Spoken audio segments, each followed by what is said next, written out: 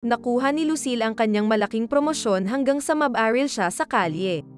Sa kabutihang palad, siya ay muling nabuhay sa isang bagong mundo at naging pinakamalakas na healer. Si Lucille ay isang salariman na nakikipag-ugnayan sa kanyang amo tungkol sa pakikipagpulong niya sa isang bagong kliyente. Gayunpaman, hindi iyon naging maayos. Si Lucille ay nananatiling determinado at nagpasya na subukan ang kanyang kapalaran sa iba pang mga potensyal na kliyente at tumangging sumuko sa kanyang layunin. Sa kalaunan ay nakilala ni Lucille ang isa pang kliyente at matagumpay na nagsasara ng deal na natutupad ang kanyang buwanang kota. Kumpiyansa siyang naglalakad pa uwi nang may lumabas sa istasyon ng pulis.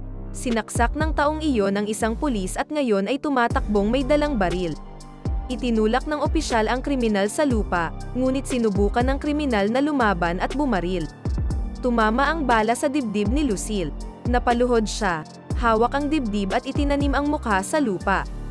Nagsisimula siyang mawala ng toneladang dugo ngunit iniisip pa rin niya ang tungkol sa kanyang promosyon.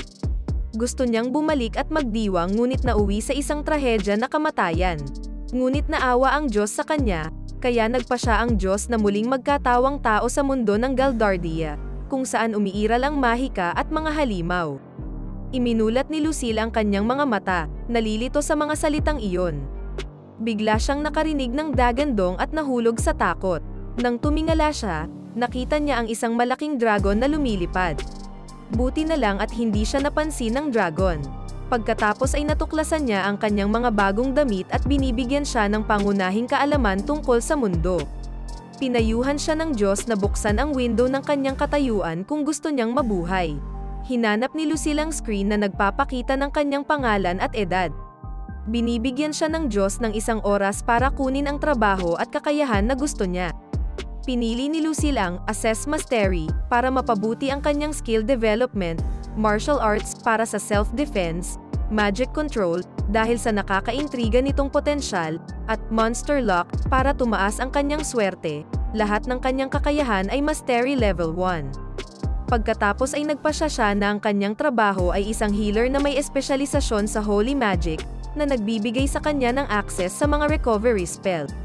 Gusto niyang tumulong sa iba, at ang pagiging isang healer ay nangangahulugan na maaaring kailanganin ng bawat partido ang kanyang mga serbisyo, ngunit wala siyang lakas ng loob na harapin ang mga halimaw.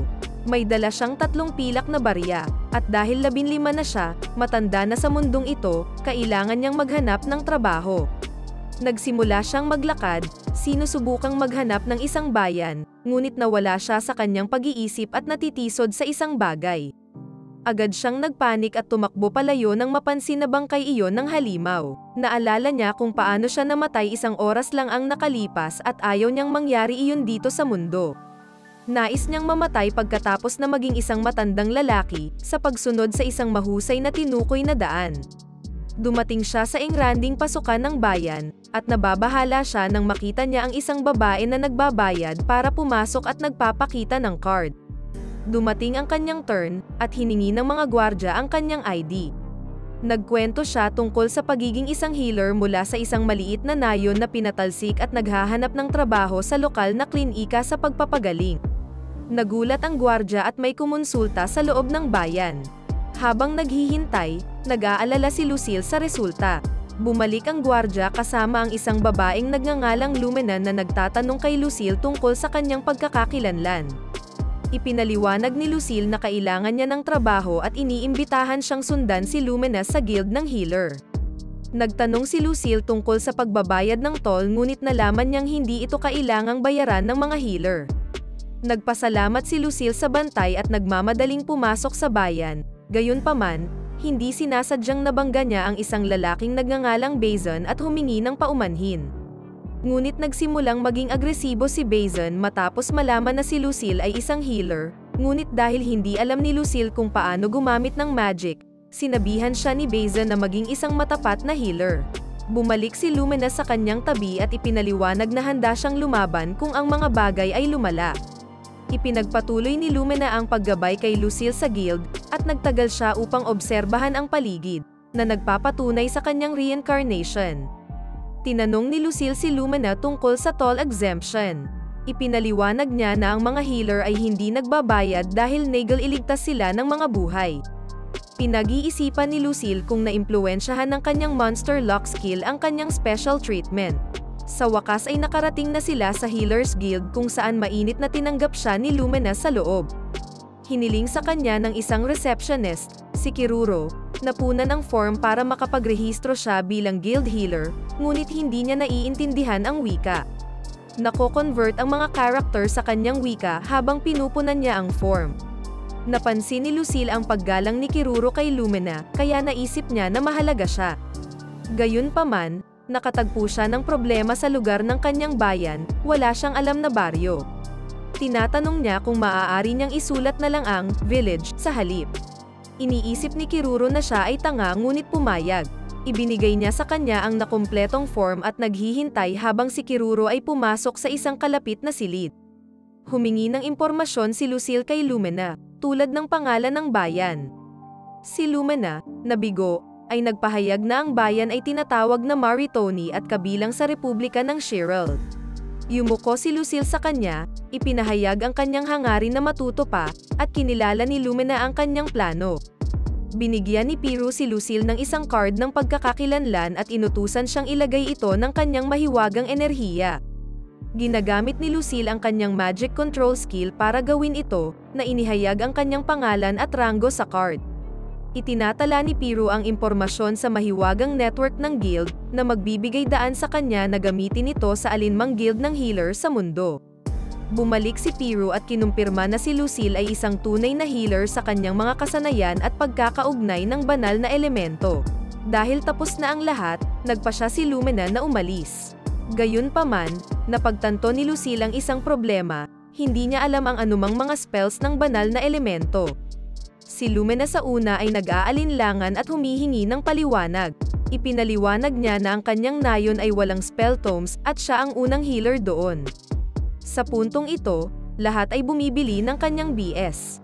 Pagkatapos ay tinanong niya kung maaari siyang maging isang apprentice sa isang klinika upang matuto ng mga pangunahing bagay sa healer. Binibigyan siya ni Lumina ng tatlong mga pagpipilian, Spartan na pagsasanay, kung saan siya ay may sensinang nag-aaral at bumibigkas ng mga spells upang mapunan muli ang kanyang magic at kalaunan ay matuto ng healing spell, nakakakuha siya ng pautang para pumasok sa magic school sa loob ng 3 taon at bayaran ang guild mamaya, o nagtatrabaho bilang katulong sa isang klinika habang nag-aaral ng magic sa kanyang libreng oras. Isinasaalang-alang ni Lucille ang lahat ng mga pagpipilian. Ang pagsasanay sa Spartan ay ang pinakamahusay dahil nasanay na siya mula sa kanyang nakaraang buhay, at ang kanyang kasanayan sa pag-assess ng mastery ay nagsasabi sa kanya kung gaano karaming karanasan ang kailangan niya upang mapabuti ang kanyang mga kasanayan. Pinili niya iyon. Pinahanga si Kururu, tingin niya ay napaka-stupido niya.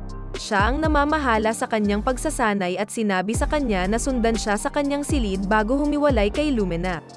Nagpasalamat si Lucille sa kanya at sinabing babayaran niya siya balang araw. Binabati niya ito ng magandang kapalaran na may nakangiting mukha, na literal na nakakatunaw at nag-uudyok sa kanyang virgin heart. Si Lucille ay nakatalaga sa isang silid na walang bintana, kung saan dapat niyang pag-aralan ang spell tome at magsanay hanggang sa hindi na ito mahawakan ng kanyang katawan. Nagtakda si Lucille ng layunin na matuto ng pagpapagaling sa loob ng 10 araw at sinimulang basahin ang tome.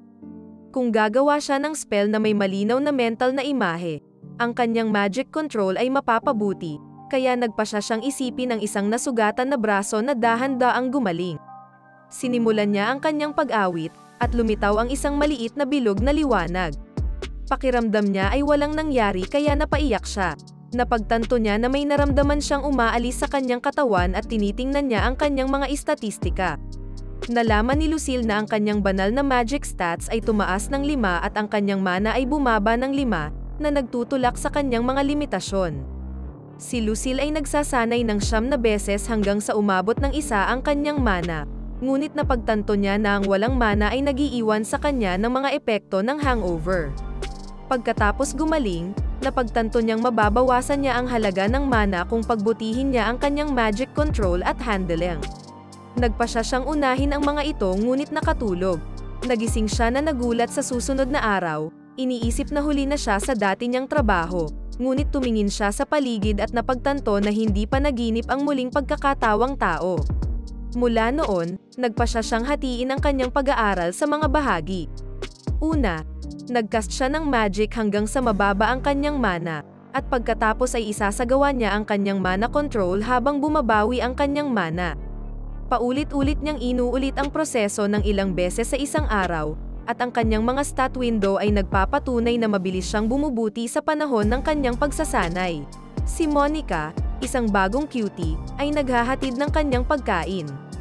Naakit si Lucille at nagpasalamat sa kanya. Sa ikatlong araw, sa wakas ay nakita niya ang kanyang heal spell na kumikilos at nakausap si Monica. Ginagamit niya ang kanyang guild card para kumpirmahin ito at binabati siya. Binigyan niya siya ng kanyang pinakamalaking ngiti kay Chad hanggang sa hilingin niya sa kanya na magbayad ng isang pilak na barya. Nagbabayad siya at tinanong kung dapat niyang hanapin si Lumina para bigyan siya ng gabay. Hindi pala alam ni Monica na siya ang dinala ni Lumina, kaya ibinalik niya ang kanyang pera dahil binayaran na ni Lumina ang kanyang silid sa loob ng 10 araw. Nagulat siya dahil hindi niya alam ang posisyon ni Lumina, at ibinunyag ni Monica na si Lumina ang kapitan ng lahat ng babaeng Paladin Regiment ng simbahan. Nakita ni Lucille ang pagkikita ni Lumina bilang swerte at itinuro niya ito sa kanyang halimaw na swerte na kasanayan, na nagpasya siyang tawaging Monster Luck Sensei. Tinanong niya si Monica kung maaari siyang kumita ng pera sa pamamagitan ng pagpapagaling ng mga tao, at sinabi niya sa kanya na oo, at ang isang pilak na barya ay magiging isang kagalang-galang na presyo. Sa palagay niya ay sobra, ngunit ipinaliwanag niya kung paano siya dapat magbayad ng buwanan at taunang mga bayarin ayon sa kanyang ranggo. Sa kanyang paglalakbay, natapos niyang makilala si Bazan, ang beastman na nanakat sa kanya, at muli ay humingi ng paumanhin si Lucille nang walang dahilan. Anong pipang stick? Gusto siyang tanungin ni Lucille tungkol sa Adventurers Guild, ngunit hindi siya nagkakaroon ng pagkakataon dahil hinarang sila ng 4 pang nasugatang beastmen. Sinubukan ni Bazan na tingnan sila. Pinagalitan sila na dapat silang mag-ingat sa kanilang mga misyon at mag-alala tungkol sa mabibigat na pinsala, na ipinapaliwanag na hindi sila maaaring pumunta sa isang healer clinic. Natigilan si Lucille sa pwesto, naalala ang sinabi sa kanya ni Monica. Lumalabas na ang mga healer ay nangingikil sa lahat, at ang guild ay walang magawa tungkol dito dahil sa kanilang mga pamamaraan. Nangako si Lucille na hindi siya magiging isang masamang tiwaling healer at nagpasyang tumulong. Sinabi niya na pagagalingin niya ang mga ito, ngunit ang lahat ay nakatingin sa kanya na may nagbabantang mukha dahil hindi nila alam ang kanyang presyo. Dinala siya ng beastmen sa isang eskinita kung saan ginagamit ni Lucille ang kanyang healing chant para pagalingin ang babae. Ngunit kahit papaano ay nabigo ang spell sa kabila ng pagkonsumo ng kanyang mana. Tinanong ni Bazan kung ano ang ginagawa ni Lucille. Humingi siya ng tawad dahil first time niyang magpagaling ng isang tao. Kinabahan si Lucille na hindi niya mailarawan sa kanyang isipan ang spell. Sinusubukan niyang mag-focus habang nanghihina ang dalaga at muling binibigkas ang spell. Ginagawa niya ang lahat para isipin kung paano naghihilom ang isang sugat, tulad ng ginagawa niya.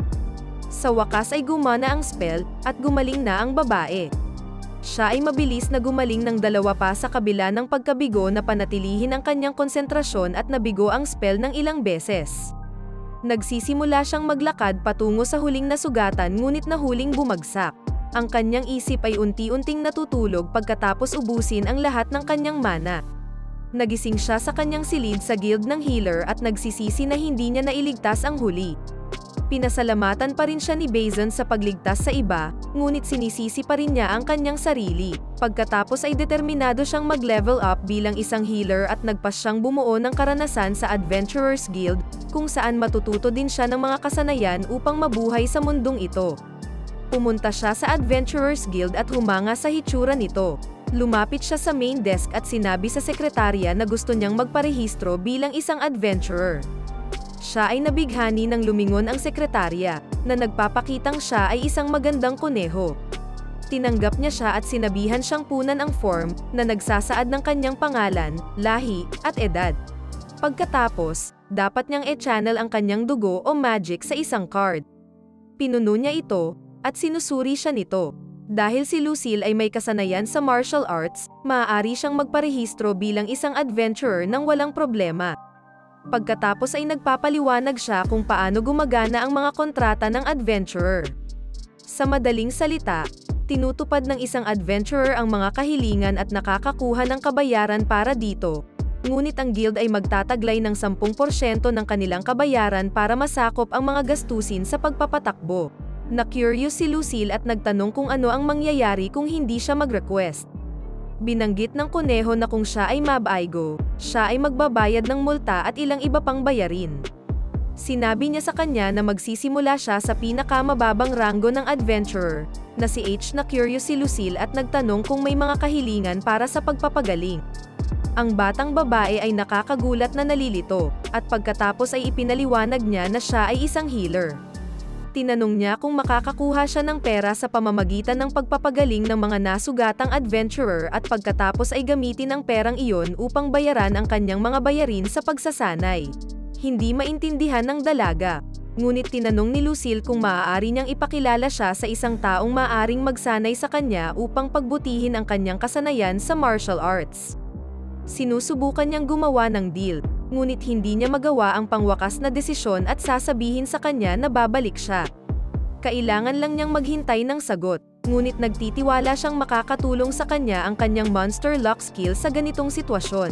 Bumalik ang cute na kuneho pagkalipas ng ilang minuto kasama ang isang malaki at nakakatakot na lalaki sa likod niya. Sinubukan ni Lucille na ipaalala sa sarili ang kanyang nakakatakot na amo mula sa kanyang nakaraang buhay upang panatilihing kalmado ang kanyang sarili at magpakilala. Ipinaliwanag niya sa malaking tao na gusto niyang sanayin ang kanyang pakikipaglaban at babayaran ito sa pamamagitan ng pagpapagaling sa mga nasugatan. Ang malaking tao ay nag-iisip na ito ay isang kakaibang pakikitungo para sa isang healer at nagtanong kung si Lucille ay walang pakialam sa pera. Si Lucille ay nalilito, ngunit ang malaking tao ay nagtanong kung bakit ang isang healer na tulad ni Lucille ay gustong matuto kung paano lumaban. Ipinaliwanag ni Lucille na papatayin siya ng mahinang halimaw kung lalabas siya sa isang paglalakbay, kaya gusto niyang maging malakas at kayang protektahan ang sarili. Matapos mag-isip ng ilang sandali, nagpa siya ang malaking lalaki na tanggapin ang mga serbisyo sa pagpapagaling ni Lucille kapalit ng pagsasanay. Si Lucille ay babayaran ng isang pilak na barya bawat araw para sa pagpapagaling ng mga tao, at ibabawas ng malaking tao ang kanyang mga bayad sa pagsasanay mula sa kanyang sahod. Tinanggap ito ni Lucille at sinabi na maaari niyang simulan ang trabaho sa loob ng 6 na araw. Sinabihan ng malaking lalaki ang kuneho na nagngangalang Nana na alagaan si Lucille mula ngayon. Ipinakilala niya ang kanyang sarili na may malaking ngiti, na umaakit ng mga mapanganib na titig kay Lucille mula sa mga adventurer sa paligid. Mabilis silang pinahiwa-hiwalay ng malaking lalaki at ipinakilala ang kanyang sarili bilang si Broth, ang chief instructor ng guild. Sinabi niya kay Lucille na maghihintay siya sa kanya sa loob ng 6 na araw at lumalayo sa kanyang masamang pagtawa. Bumalik si Lucille sa kanyang silid sa guild ng healer at iniisip ang kanyang sitwasyon. Napagtanto niya na kung hindi makakasabay ang kanyang magic recovery, mawawalan ng tiwala sa kanya ang mga adventurer. Kaya, para sa susunod na 6 na araw, gagamitin niya ang lahat ng kanyang lakas upang mapabuti at siguraduhing hindi siya mabibigo kapag nagpapagaling ng mga tao. Pagkatapos ay kumatok si Monica sa kanyang pinto upang dalhin ang kanyang hapunan at binabati siya sa paghahanap ng bagong layunin. Ipinaliwanag niya na kailangan pa niyang pagbutihin ang kanyang kakayahan bago umalis. Siya ay nagudyok sa kanya, at tinanong niya siya kung aling antas ng kasanayan ang dapat niyang tunguhin sa kanyang banal na magic affinity. Ipinaliwanag ni Monica na kung umabot siya sa level 5 bago siya maging 20, siya ay maituturing na talented. Tinatanong ni Lucille kung kaya niyang mag-level up ng 1 beses kada taon para maabot ang level na iyon.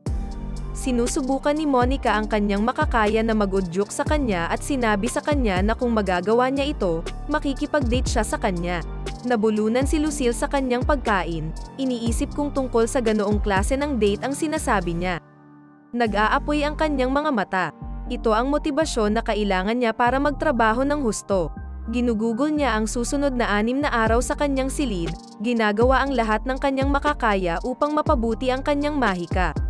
Sa ika-6 na araw, bumaba siya at nagpapasalamat kay Kiruro sa lahat ng tulong na ibinigay nito sa kanya. Salamat sa kanila na natutunan niya ang tungkol sa magic at maaaring opisyal na magtrabaho bilang isang healer. Sa palagay niya ay kahanga-hanga siya, hindi lamang para sa mabilis na pag-aaral kundi pati na rin sa pagkakaroon ng trabaho. Sinusubukan niyang hikayatin siya at pinaalalahanan siya na pasalamatan si Lumina para sa kanyang tulong nang nasagasaan siya nito. Nagpaalam siya at tumungo sa Adventurers Guild. Pagpasok niya sa loob, nararamdaman niya ang mga taong nakatingin sa kanya at nagkokomento. Nakilala niya ang isa pang hella cute na sekretarya sa front desk na sinusubukang tulungan siya. Sa tingin niya lahat ng babae sa mundong ito ay maganda ngunit dumiretso sa negosyo. Ipinakilala niya ang kanyang sarili at sinabi sa kanya na hiniling niya kay Rod na sanayin siya. Itinuro niya siya sa hagdanan patungo sa underground training hall. Sinusunod niya ang kanyang mga tagubilin at napunta sa isang malaking espasyo. Lumilitaw ang Rod at mukhang mas nakakatakot kaysa dati. Binanggit niya na natutuwa siyang hindi umatras si Lucille sa deal at sinabi niya na si Lucille lang ang nagsasanay doon. Lucille, salamat sa pagkakataon, at ipinakita ni Rod na humanga siya. Inilabas niya ang kanyang pamatay na aura, ngunit hindi sinubukan ni Lucille na tumakas. Binanggit ni Lucille na kailangan niyang matutunan kung paano mabuhay at gusto niyang sanayin siya ni Rod sa abot ng kanyang makakaya. Muli siyang tinakat ni Rod, sinabihan si Lucille na huwag tumakas, ngunit sinabi niya sa kanya na tumakbo ng ilang lap. Napagtanto ni Lucille na si Rod ang uri ng tao na naniniwala lamang sa pagsusumikap, at ang masaklap nito, pinapuna niya ang bawat galaw na ginagawa niya. Iniisip ni Lucille na isa ito sa mga nakakalaso na lugar ng trabaho tulad ng kanyang orihinal na mundo. Siya ay patuloy na tumatakbo habang si Rod ay naglalabas ng ilang mga fact-check, tulad ng kung siya ay tumigil sa pagtakbo, isang halimaw ang papatay sa kanya. Gayunpaman, sa kabila ng pagiging malupit ng pagsasanay at siya ay binubuli, sinimulan ni Lucille na tamasahin ang paggamot na ito. Naaalala niya ang pagbaril at hindi makagalaw sa kanyang mga huling sandali, kaya ang pagtakbo at paggalaw ay parang langit. Pagkatapos ng ilang cringe at weird moments, tuluyan na siyang bumagsak. Ang Rod ay humanga na makita ang isang baguhan na nahimete sa panahon ng warm-up. Pagkatapos ng ilang pahinga, nagpatuloy sila, at ang mga adventurer ay nanlamig. Umidlip si Nana nang makarinig sila ng hiyawan. Oo, nakaupo si Brad sa ibabaw ni Lucille sa panahon ng stretching exercises. Ipinaliwanag ni Rod na ang pag-stretch ay maaaring mapabuti ang kanyang hanay ng paggalaw at ang kanyang hanay ng pag-atake, at makakatulong siya sa kanya na umiwas sa mga kaaway. Napagtanto ni Lucille ang kanyang pagkakamali, akala niya ay kukuha si Rod ng diskarte sa pagsasanay ng Spartan, ngunit kinukuha niya ang pagsasanay sa praktikal na paraan. Pagkatapos ng matinding stretching session, sinabihan ni Rod si Lucille na subukang atakehin siya. Sinubukan ni Lucille na ipalapag ang kanyang baby kick, nakakagulat si Rod, na hindi makapaniwala kung gaano siya kaina. Ipinahayag ni Lucille na siya ay level 1, at iyon ang dahilan kung bakit gusto niyang magsanay. Sa kabila ng pagkagulat pa rin, humanga si Rod na si Lucille ay patuloy na nag-uudyok. Ipinahayag ni Lucille na gusto niyang maabot ang antas kung saan makakaharap niya ang mga adventurer nang hindi nababasa ang kanyang pantalon. Iniisip ni Rod na ito ay isang magandang layunin at sinabihan si Lucille na puntahan siya sa lahat. Ngunit parehong mahina at mabagal ang mga atake ni Lucille. Madaling kinontra at sinampal ng Rod ang kanyang mukha. Si Rod ang nag-uudyok sa kanya. Binanggit na ang tunay na laban ay nagsisimula kapag siya ay pagod. Inirerekomenda niya na matutunan ni Lucille kung paano gumalaw, at para magawa iyon, kailangan niyang i-visualize ang kanyang pag-atake upang maiwasan siyang maging palpak. Naaalala ni Lucille na kumuha siya ng mga klase ng martial arts sa kanyang nakaraang buhay, ngunit hindi siya nakalaban ng sinuman. Sinusubukan niyang sundin ang mga tagubilin ni Rod, nag-iisip bago umatake. Napagtanto niya na kailangan niyang gamitin ang kanyang renda para makalapit at pagkatapos ay magwelga. Sinusubukan niyang sumipa ngunit natambe siya nang humarap si Rod. Napagtanto niyang halos sobra-sobra na ang pagsasanay na ito at naisip niyang huminto, ngunit bumangon siya, determinadong mabuhay sa bagong panibagong mundong ito. Hanga si Rod sa kanyang determinasyon at mga ngiti. Si Lucille ay nagtatakda ng isa pang layunin, balang araw, maaabot niya ang isang hit sa Rod, na, nga pala, spoiler alert, ay parang level 250 pagkatapos ng matinding session. Napaupo si Lucille sa sahig. Si Rod ay nagpupuno sa kanya para sa pagkakaroon ng lakas ng loob at sinabi sa kanya na ang pinakamahalagang bagay sa labanan ay hindi namamatay o nasugatan, at para magawa iyon, kailangan munang malaman ni Lucille kung paano kumilos. Dagdag pa, magagamit lang niya ang mga kasanayang ito sa isang labanan pagkatapos na ito ay maging pangalawang kalikasan sa kanya. Sinabihan siya ni Rod na manood muna at mag-aral, at pagkatapos ay maaari itong gawin ni Lucille sa Rod dahil kung hindi niya alam ang kanyang ginagawa, siya ay masasaktan o mamatay. Napagtanto ni Lucille na ito ay halos natututo mula sa karanasan, tulad ng ginawa niya bilang isang manggagawa sa opisina sa kanyang nakaraang buhay. Ang nakakagulat na bahagi tungkol dito ay sinabi sa kanya ni Rod na sapat na ang pahinga, at sisimulan na nila ang ikalawang round ng pagsasanay. Matapos halos mawala ng malay dahil sa pagod, nagpa siya si Rod na tawagan ito ng isang araw. Pagkatapos ay iniisip ni Lucille ang tungkol sa pagpapagaling sa kanyang sarili upang makabawi mula sa mga pinsala at pagod, ngunit ipinagbabawal ito ni Rod. Ipinaliwanag niya na matututo siya ng isang kasanayan na nagpapataas ng kanyang pisikal na paggaling. Kung hahayaan niyang gumaling ng natural ang kanyang katawan, sasabihin niya kay Lucille na pagalingin lamang ang kanyang sarili kung talagang nasugatan siya. Naiintindihan at napansin ni Lucille na sila lang ang nagsasanay doon. Binanggit ni Rod na ito ay dahil mayroon silang ilang mga newbie adventurer, at wala silang pera upang magsanay, kaya gumagamit sila ng mga tunay na laban upang mapabuti. Naalala ni Lucille na iyon ang nangyari sa mga beastman na sinubukan niyang pagalingin noong isang linggo, at hindi niya alam kung ang kanyang healing skills ay makakatulong sa kanya na makabangon ngayon, kaya gusto niyang iligtas ang kanyang mana para iligtas ang mga adventurer sa halip. Napahanga si Rod sa mga salitang iyon at sinabi kay Lucille na ay pangako niya na pagagalingin niya ang sinumang nangangailangan nito, anuman ang kanilang lahi. Biglang lumitaw ang ilang sugatang adventurer sa training hall. Ang isa sa kanila ay nagtanong kung talagang pagagalingin sila ni Lucille ng libre. Gustong bumalik ng sugatang babae, sa pag-aakalang ito ay isang scam lamang. Ngunit si Lucille ay tumakbo patungo sa kanila, nagtatanong kung ano ang nangyari sa kanila. Sinuri niya ang mga sugat ng babae at naghahanda na pagalingin ito. Hindi siya makapaniwalang gagawin niya ito, ngunit sinimulan niyang kantahin ang kanyang spell. Hindi naniniwala ang dalaga na tinulungan lang siya ng isang healer, kaya napagtanto ni Lucille na hindi nagtitiwala ang mga tao sa mga healer sa kanilang bayan. Pinagaling niya ang natitirang mga miyembro ng partido, at sinabi sa kanya ni Rod na malapit na siyang maging abala sa pagpapagaling sa mga nasugatang adventurer. Pagkatapos ay ipinaliwanag ni Lucille na sa ngayon, maaari lamang niyang gamitin ang kanyang kakayahan sa pagpapagaling ng 8 sunod-sunod at itatanong kung sapat na iyon.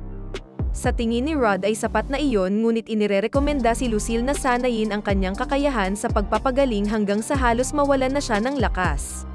Sa ganoong paraan, ang kanyang katawan ay tunay na makibagay at lalakas. Nagpa siya si Lucille na magtiwala sa kanya, ngunit nabigla siya nang malaman na hindi pa nagsisimula ang totoong pagsasanay. Kailangan pa niyang buuin ang kanyang lakas. Nagpa siya sa kanyang bagong paraan ng pagsasanay. Una, sasanayin niya ang kanyang mga kasanayan sa martial arts, pagkatapos ay pagagalingin niya ang mga tao upang mapabuti ang kanyang banal na magic affinity, at sa wakas, magnilay-nilay para mapataas ang kanyang mahika at pisikal na paggaling. Napagtanto niya na ang pananatili sa Rod ay magbibigay sa kanya ng magagandang resulta. Sa kabilang banda, sinabi ni Rod kay Lucille na dapat siyang manirahan sa guild upang maging mas progresibo ang kanyang pagsasanay. Makakakuha siya ng isang silid ng libre at 3 pagkain sa isang araw. Iniisip ni Lucille na ito ay napakabuti upang maging totoo at nagtanong tungkol sa huli. Ipinaliwanag ni Rod na gusto niyang panatilihin ang mga kakayahan ni Lucille sa pagpapagaling upang mapataas ang survival rate ng mga bagitong adventurer. Naalala ni Lucille ang grupo noong isang linggo at sinabi niya kay Rod na gusto niyang magligtas ng maraming buhay hanggat kaya niya. Naantig ang pakiramdam ni Rod at sinasabi na magiging mas magandang lugar ang mundo kung marami pang healer na tulad niya.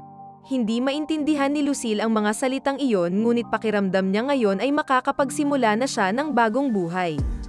Binanggit ng mundong ito na ipagbabawal niya siyang tumakas bago matapos ang kanyang pagsasanay.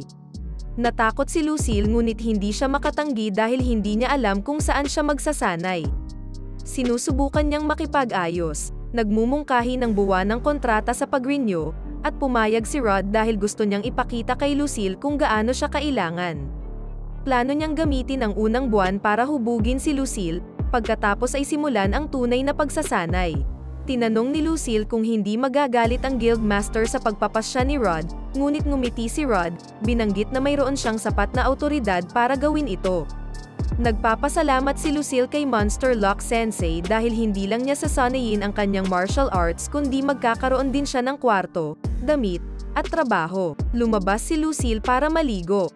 Ginagamit niya ang mekanismo para hugasan ang sarili ng malamig na tubig.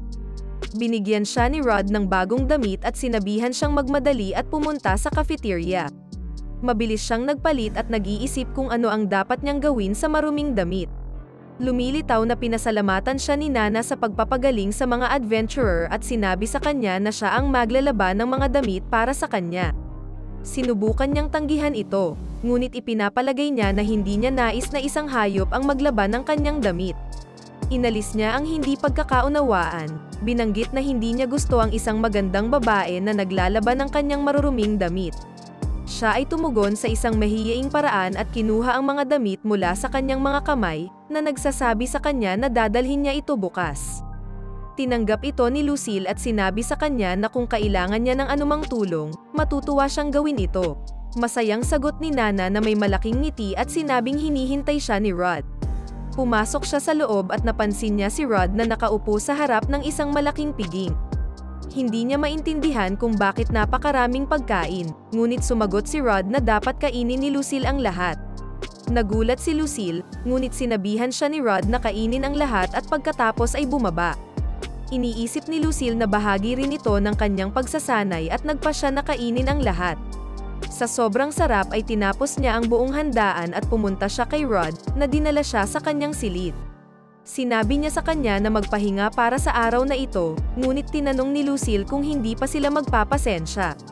Rod replies na magiging busy siya simula bukas. Tumalon si Lucille sa kama, ngunit may problema, hindi siya inaantok sa kabila ng pagod. Sa tingin niya ay magagamit niya ang oras na ito para sanayin ang kanyang healing magic, tulad ng ginawa niya sa Healers Guild, at pagbutihin ang kanyang mastery. Sinasanay niya ang kanyang mahika at nagmumuni-muni ng 3 oras hanggang sa tuluyang makatulog. Kinabukasan, binigyan siya ni Rod ng isa pang kapistahan para sa almusal at ipinakilala siya kay Goldber, ang guild cook. Na-curious si Lucille dahil napakalaki ni Goldber at kahawig ng isang oso, kaya nagpa siyang tanungin kung anong lahi siya. Sumagot si Goldger na siya ay isang wolfman at binigyan siya ng kakaibang inumin. Binanggit niya na ito ay nilikha ng Sage of Time, at ito ay magiging lasa tulad ng isang basurang itinapon sa kanyang bibig, ngunit mas mapapadali nito ang pagtaas ng kanyang lakas ng kalamnan at oras ng reaksyon. Substance X ang pangalan nito, pero ang problema lang ay walang gustong uminom nito para lumakas. Nagpa siya si Lucille na kumain at nagpa siya na uminom dahil ito ay magpapalakas sa kanya. Hindi lang masama ang lasa, ngunit nakakatakot din ang amoy nito. Gusto niya itong iluwa, ngunit hindi niya magawa dahil nakatitig sa kanya si Goldber, kaya nagpa siyang inumin ito sa isang lagok. Bigla niyang naramdaman na umaapaw sa enerhiya ang kanyang katawan. Hindi makapaniwala si Goldger na ininom lang ito ni Lucille at sinabihan siyang kumain ng karne at sumama sa Rod. Sinimulan itong kainin ni Lucille na parang caveman sa mga steroid habang sinusubukan pa rin ni Goldger na maunawaan kung paano siya uminom ng Substance X. Mabilis na lumipas ang 1 linggong pagsasanay, ngunit hindi pa rin matamaan si Lucille sa Rod. Sinabi sa kanya ni Rod na bumangon, kung hindi, mamamatay siya laban sa mahihinang halimaw. Bumangon si Lucille at tinawag ang Rod instructor, na nauwi sa pag-uudyok sa kanyang trainer. Lalong lumakas si Rod sa kanya, naglulunsad ng ilang suntok. Sinabihan niya si Lucille na mag-isip habang nagtatanggol dahil may layunin ang bawat welga. Ang kanyang layunin ay mag-focus sa panonood, pag-iisip, at pag-aaral na parang dito nakasalalay ang kanyang buhay. Isang malakas na suntok si Lucille at napagtanto niya na ang mapang abusong payo ni Rod ay nauuwi sa pag-uudyok sa kanya. Alam niyang baguhan pa lang siya at hiniling niya kay Rod na subukang muli. Nagulat si Rod dahil nakangiti si Lucille na parang freak, pero sinagot ni Lucille na kahit isang beses lang siya sasampalin. Natuwa si Rod, naghahanda ng lahat, ngunit naantala sila ng isang pause ang babae na lumitaw, na binanggit na narito siya upang magpagaling at nagtatanong kung totoo na wala itong gastos. Sinabi niya sa kanya na siya ay nakagat sa likod ng isang taong lobo. Sinuri ni Lucille ang mga sugat at sinabing maaari niyang isara ang sugat nito sa pamamagitan ng kanyang mahika, ngunit maaari siyang mahawa. Sa kasong iyon, dapat siyang bumisita sa isang doktor. Pinagaling niya ito, ngunit napansin niyang lumuluha ang babaeng pusa.